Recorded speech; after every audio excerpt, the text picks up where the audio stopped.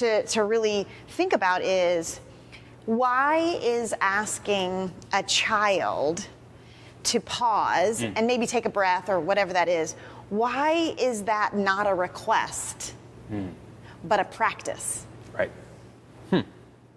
Right? Because I believe that when people start hearing, oh, I've got an angry child, well, tell them to calm down.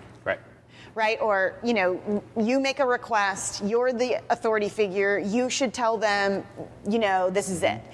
And so I really want to ponder and think about, like, how is asking others to have a pause a practice? And here's the thing that I think, when it's a practice, then at the end of it, you don't have to punish yourself. Right. When it's a request and you didn't do it, Right.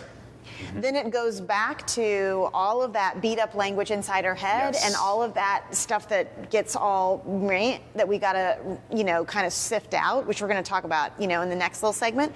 So I think that asking kids to do that is a practice. Yes. How have you seen it practiced in your building, pausing with kids? I've seen, this kind of goes with justifying their emotions. I feel like with some kids that I work with, and again, they come to me out of the situation, right? And so I'll sit there and they'll say, I was mad. And I'm like, you know what? That would make me really mad too. Like, before we respond, let's pause. And then that acknowledgement plus the pause allows them to kind of get into their own mind. Okay, so maybe I'm not ridiculous for feeling upset, but maybe I shouldn't respond in that way. But it's not me telling them you shouldn't respond in that way. I get it. And that, so you're helping them create the difference between reacting and responding. And if there's no break in between there's no pause, it's almost impossible. They don't have the skill yet.